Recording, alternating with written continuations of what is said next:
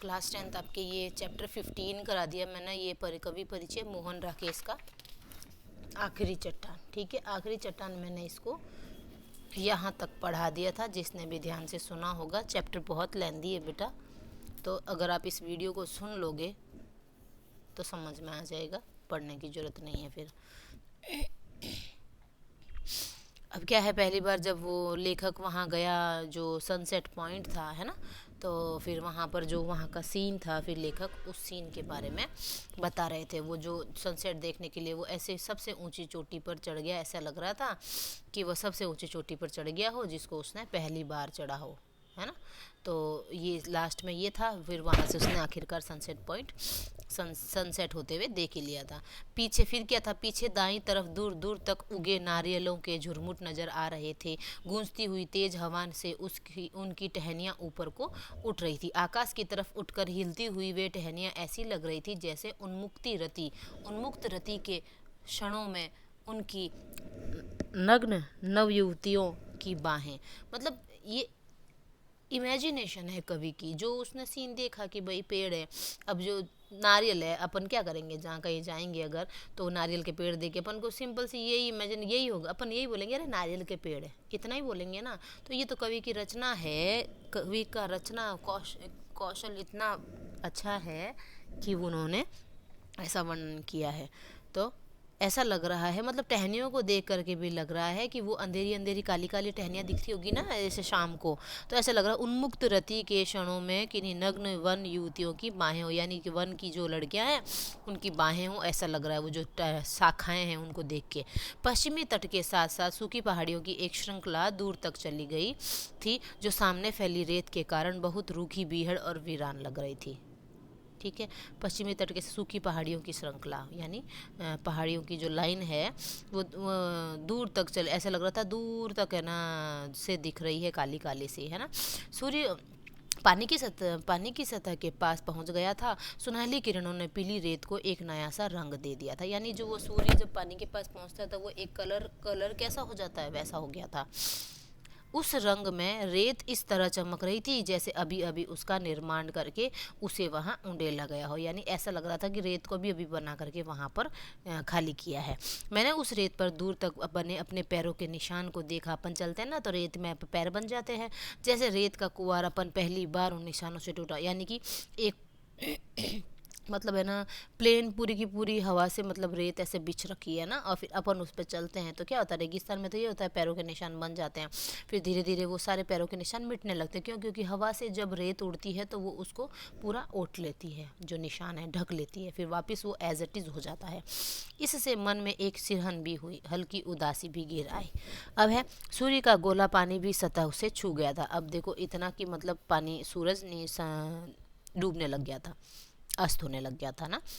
पानी पर दूर तक सोना ही सोना ढुला है। अब देखो सूरज पानी के पास था, सूरज जैसे डूबता हुआ, तो जो यहाँ पर पूरी की पूरी जो किरणें हैं उसके कारण क्या हो गया, गोल्डन कलर का पानी हो गया। मतलब इतना पीला पीला सोना ही सोना डुल गया, ऐसा लग रहा था।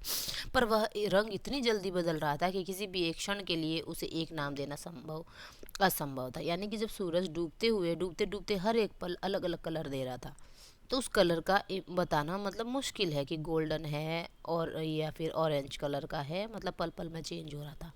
सूर्य का गोला जैसे एक बेबसी में पानी के लावे में डूबता जा रहा था। धीरे धीरे वह पूरा डूब गया और कुछ क्षण पहले जहाँ सोना बह रहा था अब वहाँ लहू बहता नजर आया। अब देखो पहले ही अभी जस्ट बोला कि सोना के जैसा डुल गया था, अब क्या हो गया, लहू बह रहा था, ऐसे लगने लग गया, रेडिश हो गया। कुछ और क्षण बीतने पर लहू भी धीरे धीरे बैंजनी से काला पड़ गया। यानी कि धीरे धीरे पर्पल कलर का हुआ, फिर वो क्या हो गया, ब्लैक कलर का हो गया। मैंने फिर एक बार मुड़कर दाईं तरफ पीछे देखा। नारियलों की टहनियाँ उसी तरह हवा में ऊपर उठी थी, हवा उसी तरह गूंज रही थी, पर पूरे दृश्य पट पर स्याही फैल गए थे। यानी पूरा श्यामल श्यामल हो गया। एक दूसरे से दूर खड़े झुरमुट स्याह पड़कर जैसे लगातार सिर ढूंढ रहे हो, यानी आपस में सिर मिला रहे हूँ और हाथ पैर पटक रहे हूँ। मैं अपनी जगह से उठ खड़ा हुआ और अपनी मुट्ठियाँ भींचता खोलता तभी कभी उस तरफ और कभी समुद्र की तरफ देखता। मतलब एक ऐसे सोचे हैं तो सिर्फ वो सूरज को सनसेट देखने गया है ना, लेकिन वो उसकी जो ना एक एक पल का सीन है वो लेखक बता रहे हैं। और वो जब अपन इमेजिनेशन अपनी अपने आप बन रही है माइंड में, तो कुल मिला के इस चैप्टर में यही है कि सूरज डूबा, रेड कलर का हुआ, फिर सोने कलर का हुआ, पहाड़ ऐसे स्याह लग रहे थे, पेड़ ऐसे स्याह लग रहे थे, काली काली परछाइयाँ लग रही, मतलब कुल मिला के यही है। अचानक ख्याल आया कि मुझे वहाँ से लौट कर भी जाना। अब देखो इतना डूब गया वो कि उसको फिर आया ध्यान कि अब मुझे यहाँ से जाना भी है। वो जाएंगे तो जाते जाते भी जितना सीन है वो सब कह देगा। इस ख्याल से ही शरीर कंपकपी भर गया। क्यों? क्योंकि रात होने को आई थी। दूर सैंड हिल की तरफ देखा, वहां से आई में डूबे कुछ धुंधले रंग हिलते नजर आ रहे थे। मैंने रंगों को पहचानने की कोशिश की, पर उतनी दूर से आकृतियों को अलग अलग कर सकना संभव नहीं था। मेरे और उन रंगों के बीच स्याह पड़ती रेत के कितने ही टीले थे, यानी कि दूर खड़े कहीं लोग थे। वो छोटी छोटी उनकी आकृतियां दिख रही थी, लेकिन वो पता नहीं लग रहा था कि क्या है। और है ना, उसके बीच में बहुत स्याह पड़े जो रेत के टीले हैं, यानी इतने टीले उनको पार करने थे। मन में डर समाने लगा कि क्या अंधेरा होने से पहले मैं उन सब टीलों को पार करके जा सकूंगा। अब वो दूर तो इतने निकल गया सनसेट देखने के लिए। कुछ कदम उस तरफ बढ़ा भी, पर लगा कि नहीं, उस रास्ते से जाऊंगा तो शायद रेत में ही भटकता रह जाऊंगा। इसलिए सोचा बेहतर है नीचे समुद्र तट पर उतर जाऊं। तट का रास्ता निश्चित रूप से कैप होटल के सामने तक ले जाएगा। अब वो ऊपर नहीं गया, वो नीचे उतर गया। निर्णय तुरंत करना था, इसलिए बिना सोचे मैं रेत में बैठकर नीचे तट पर फिसल गया। पर तट पर पहुंचकर कुछ क्षण बढ़ते अंधेरे की बात भूल गया। अब देखो तट पर पहुंचते हैं ना, बोलते हैं ना समुद्र के किनारे पानी बढ़ता रहता है, वो ज्वार भाटा वाला सीन है, तो वो होता है। वो भूल गया कि अब शाम हो गई और समुद्र का पानी धीरे धीरे बढ़ेगा। अब वो डर इतना लग रहा है कि भाई देखो, अब वो नीचे उतर तो गया है। कारण था तट की रेत। यूँ पहले भी समुद्र तट पर कई रंगों की रेत देखी थी, सुरमई, खाकी, पीली और लाल, मगर जैसे उस रेत में थे वैसे मैंने पहले कभी नई रेत में नहीं देखा था। कितने ही अनाम रंग थे, अनाम रंग यानी जिनका नाम नहीं दिया जा सकता है, रंग थे। वे एक एक इंच पर एक दूसरे से अलग, और एक एक रंग कई कई रंगों की झलक लिए हुए। काली घटा और घनी लाल आंधी को मिलाकर रेत के आकार में ढाल देने से रंगों के जितने तरह के अलग अलग सम्मिश्रण पाए जा सकते थे, वे सब वहाँ थे, और उनके अतिरिक्त भी बहुत से रंग थे। मैंने कई अलग अलग रंगों की रेत को हाथ से लेकर देखा तो मसल कर नीचे गिर जाने दिया। जिन रंगों को हाथों से छू नहीं सकते, मतलब ऐसा नहीं होता कि भाई वो रेत में कलर दिख रहा था तो भाई ऐसा नहीं है कि अपन ने हाथ में उठाया तो वो वही कलर हो गया, नहीं।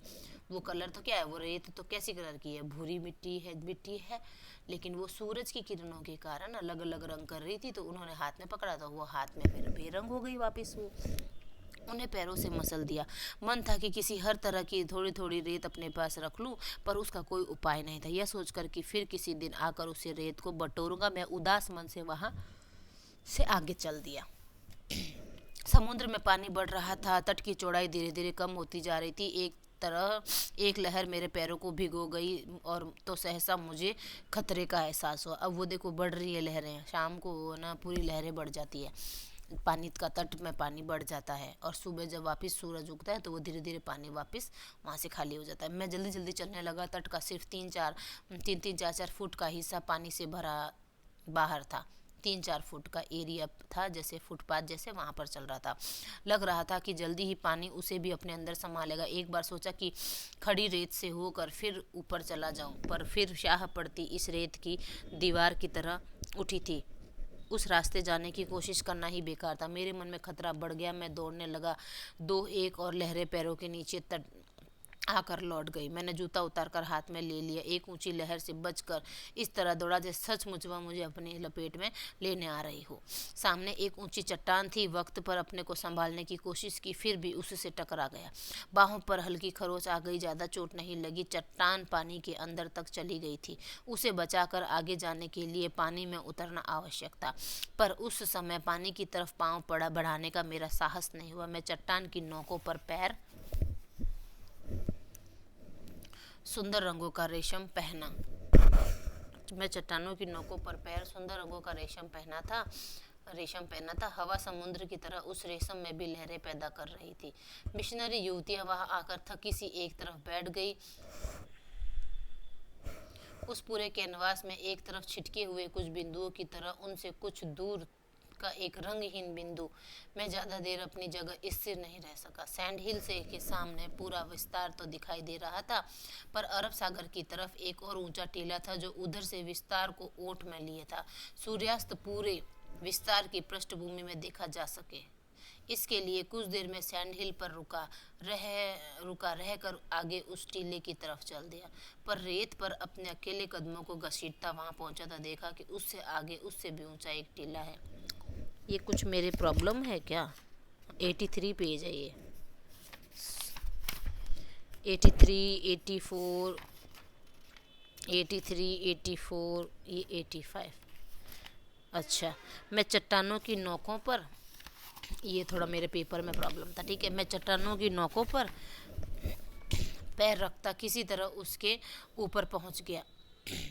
सोचा नीचे खड़े रहने की अपेक्षा वह अधिक सुरक्षित होगा, यानी कि वो चट्टान से टकराने की वजह वो उस पर पानी में भीगना पसंद किया उसने, यानी कि नहीं तो चट्टान से लग जाती।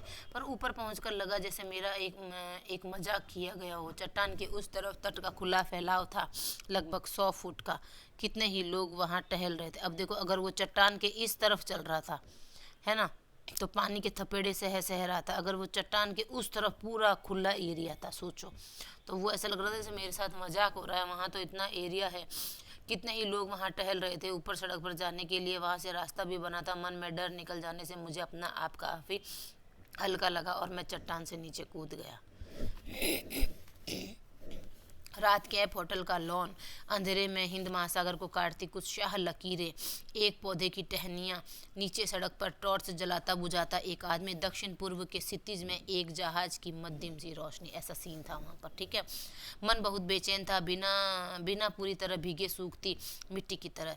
जगह मुझे इतनी अच्छी लगी कि मन में था अभी कई सप्ताह कई दिन वहाँ रहूं, पर अपने भुलक्कड़पन की वजह से मैं एक ऐसी हिमाकत कर आया था कि लग रहा था कि वह से तुरंत लौट जाना पड़ेगा। वो क्या भूल गया था? अपना सूटकेस खोलने पर पता चला कि कानानौर में 17 दिन रहकर जो 80-90 पन्ने लिखे थे वही मेज पर छोड़ कर आया हूँ। यानी उन्होंने कानानौर जगह में 17 दिन वहाँ रहे थे तो 80-90 पन्ने लिखे थे। ये याद रखना, ये क्वेश्चन कहीं ना आ जाता है कि वो वहीं पर ही भूल आया था, ठीक है। अब मुझे दो में से एक चुनना था। एक तरफ था कन्याकुमारी का सूर्यास्त समुद्र तट और वहाँ की रेत, दूसरी तरफ अपने हाथ में लिखे कागज जो शायद अब भी सेवाय होटल की एक दराज में बंद थे। उसके पेपर भूल गया था, कुछ लिखा था उसने। मैं देर तक बैठा सामने देखता रहा, जैसे कि पौधे की टहनियाँ या उनके हाशिए में बंद महासागर के पानी से मुझे अपनी समस्या का हल मिल सकता है, सोच रहा था वो। कुछ देर में एक गीत का स्वर सुनाई देने लगा जो धीरे धीरे पास आता गया। एक कॉन्वेंट की बस होटल के कंपाउंड में आकर रुक गई। बस में बैठी लड़कियां अंग्रेजी में एक गीत गा रही थी जिससे समुद्र के सितारे को संबोधित किया गया था। उस गीत को सुनते हुए जब और दूर जहाज की रोशनी के ऊपर एक चमकते सितारे को देखते हुए मन और उदास होने लगा। गहरी सांझ के सुरमई रंग में रंगी वह आवाज़ मन की गहराई के किसी कोमल रोए को हल्के हल्के सहला रही थी। लग रहा था कि उस रोए की जिद शायद मुझे वहाँ से जाने नहीं देगी, लेकिन उससे भी जिद्दी एक और रोया था दिमाग में किसी कोने में अटका जो सुबह है वहाँ से जाने वाली बसों का टाइम टेबल मुझे बता रहा था। यानी कि उसको जाना था ना, तो टाइम टेबल बस का। गीत के स्वरों की प्रतिक्रिया के साथ साथ टाइम टेबल के हिंद से जुड़ते जा रहे थे। पहली बस 7:15, दूसरी 8:35, तीसरी, मतलब कोई गाना गा रहा था ना तो उसको वो बस का टाइम टेबल उस टोन में सुनाई दे रहा था। थोड़ी देर में बस लौट गई, गीत के स्वर विलीन हो गए और मन में केवल हिंदसों की चरखी चलती रही। ग्रेजुएट नवयुवक मुझे बता रहा था कि कन्याकुमारी की 8,000 की आबादी में कम से कम 400-500 शिक्षित नवयुवक ऐसे हैं जो बेकार हैं। उनमें से 100 के लगभग ग्रेजुएट हैं। उनका मुख्य धंधा है नौकरियों के लिए अर्जियां देना और बैठकर आपस में बहस करना। वह खुद वहां फोटो एल्बम बेचता था। दूसरे नवयुवक भी उसी तरह के छोटे मोटे काम करते थे। हम लोग सीपियों का गुद्दा खाते हैं और दार्शनिक सिद्धांतों पर बहस करते हैं।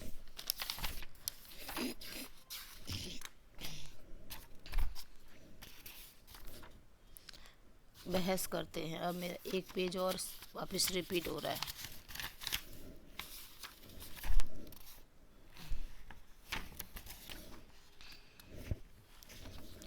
बहस करते हैं 85, 86। बहस करते हैं। वह कह रहा था, इस चट्टान से इतनी प्रेरणा तो हमें मिलती ही है। मुझे दिखाने के लिए उसने वहीं से एक सीपी लेकर उसे तोड़ा और उसका गोदा मुंह में। सीप नहीं होती, वो खाते हैं उसके अंदर का। पानी और आकाश में तरह तरह के रंग झिलमिलाकर छोटे छोटे द्वीपों की तरह समुद्र में बिखरी स्याह चट्टानों को की चोट से सूर्य उदित हो रहा था। यानी कि वो धीरे धीरे करके स्याह चट्टानों की चोट से सूर्य उदित मतलब सूरज उग रहा था। घाट पर बहुत से लोग उगते सूर्य को अर्घ देने के लिए एकत्रित थे। घाट से थोड़ा हटकर गवर्नमेंट गेस्ट हाउस के बेरे सरकारी मेहमानों को सूर्योदय के समय की कॉफी पिला रहे थे। दो स्थानीय नवयुवतियां उन्हें अपनी टोकरियों से शंख और माला दिखला रही थी। वे लोग दोनों काम साथ साथ कर रहे थे, मालाओं का मोल तोल और अपने बाइनाक्यूलर से सूर्य दर्शन। मेरा साथी अब मोहल्ले मोहल्ले के हिसाब से मुझे बेकारी के आंकड़े बता रहा था। बहुत से कडल कॉक हमारे आसपास तैर रहे थे। वहाँ की बेकारी की समस्या और सूर्योदय की विशेषता इन दोनों से बेबाक थी। कडल कॉक समुद्री पक्षी होते हैं, ठीक है। मेरे साथियों का कहना था कि लौटते हुए नाव को घाट की तरफ से घुमा कर लाएंगे। हालांकि मल्लाह उस तूफान में उधर जाने के हक में नहीं था जो नाव चलाता है। बहुत कहने पर मल्लाह किसी तरह राजी हो गए और नाव को घाट की तरफ ले चले। नाव विवेकानंद चट्टान के ऊपर से घूम कर लहरों के थपेड़े खाती उस तरफ बढ़ने लगी। वह रास्ता सचमुच बहुत खतरनाक था। जिस रास्ते से हम आए थे उससे कहीं ज्यादा। नाव इस लहरों के ऊपर उड़ जाती थी कि लगता था कि नीचे आने तक जरूर पलट जाएगी। फिर भी हम घाट के बहुत करीब पहुंच गए। ग्रेजुएट नवयुवक घाट से आगे की चट्टान की तरफ इशारा करके कह रहा था, यहाँ आत्महत्या बहुत होती है। अभी 2 महीने पहले एक लड़की उससे चट्टान से कूदकर आत्महत्या कर ली थी। अब मेरी सरसरी तौर पर आश्चर्य प्रकट कर दिया। मेरे ध्यान उसकी बात में नहीं था। मैं आंखों से तय करने की कोशिश कर रहा था कि घाट और नाव के बीच में अब कितना फासला बाकी है। एक लहर ने नाव को इस तरह धकेल दिया कि मुश्किल से उलटते उलटते बची। आगे 3-4 चट्टानों के बीच एक भंवर पड़ रहा था। नाव अचानक एक तरफ से भंवर में दाखिल हुई और दूसरी तरफ से निकल आई।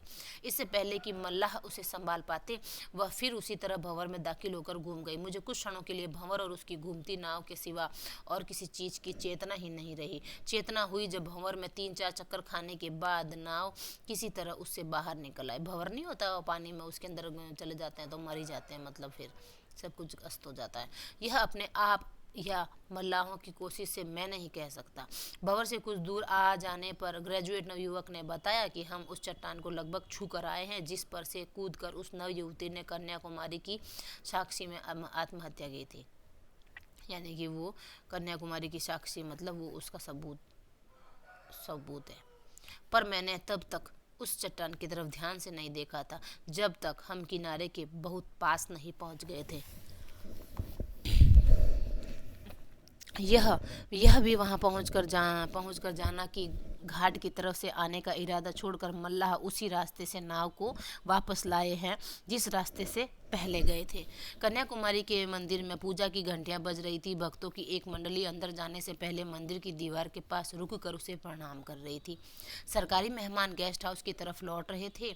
हमारी नाव और किनारे के बीच में हल्की धूप में कई एक नाव के पाल और कडल कॉक के पंख एक से चमक रहे थे नाव के पास। मैं अब भी आंखों के बीच की दूरी नाप रहा था कि मन में बसों का टाइम टेबल दोहरा रहा था। तीसरी बस 9:40 पर, चौथी मतलब वो बसों का टाइम कर रहा कि मैं कब जाऊंगा।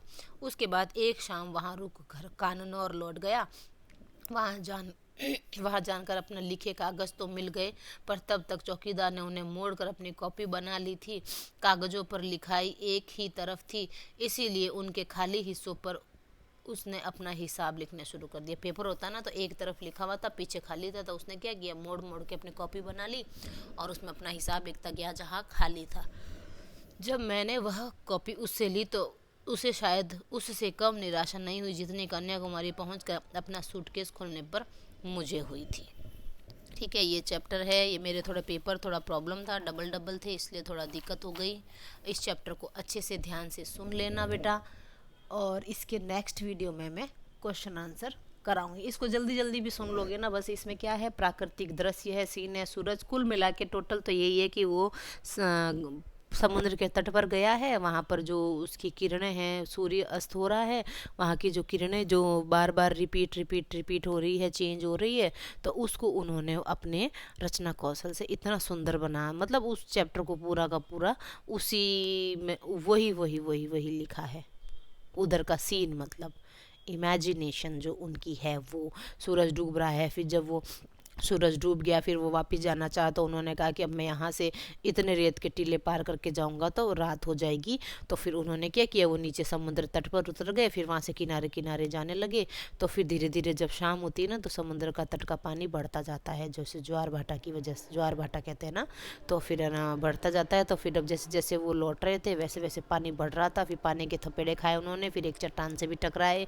फिर वो उन्होंने जब चट्टान के ऊपर चढ़ गए, फिर देखा कि पीछे की तरफ तो थोड़ा सा तकरीबन 100 फुट का खुला मैदान है, वहाँ पर लोग टहल रहे हैं।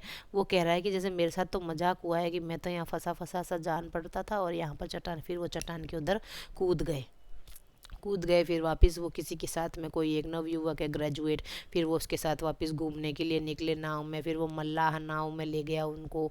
फिर वो भंवर में फंसते फंसने से बच गए 2-3 बार। फिर वहाँ पर कोई नवयुवती थी, उसने सुसाइड किया था, वो बता रहा था ग्रेजुएट लड़का कि यहाँ पर किसी लड़की ने सुसाइड किया, लेकिन लेखक का ध्यान उस टाइम उस चट्टान पर नहीं गया था। फिर वो वही सीन देख रहा था कि घाट के और समुद्र के बीच का की दूरी कितनी है। और फिर वो बार बार उनके जो पेपर छूट गए थे, 80-90 पेपर छूट गए थे ना उस होटल में, तो उसके दिमाग में, उनके माइंड में यही था कि वो मेरे पेपर वहाँ से छूट गए। फिर वो उनको लेने के लिए वहाँ पर गए। ठीक है, वहाँ पर गए तो जो होटल वाला था उसने अपनी कॉपी उसको मोड़ करके कॉपी उसमें हिसाब किताब लिखने लग गए थे, क्योंकि एक साइड पेपर का खाली था। फिर उन्होंने उससे उसको वापस प्राप्त कर लिया। ठीक है, इस चैप्टर को अच्छे से सुन लेना।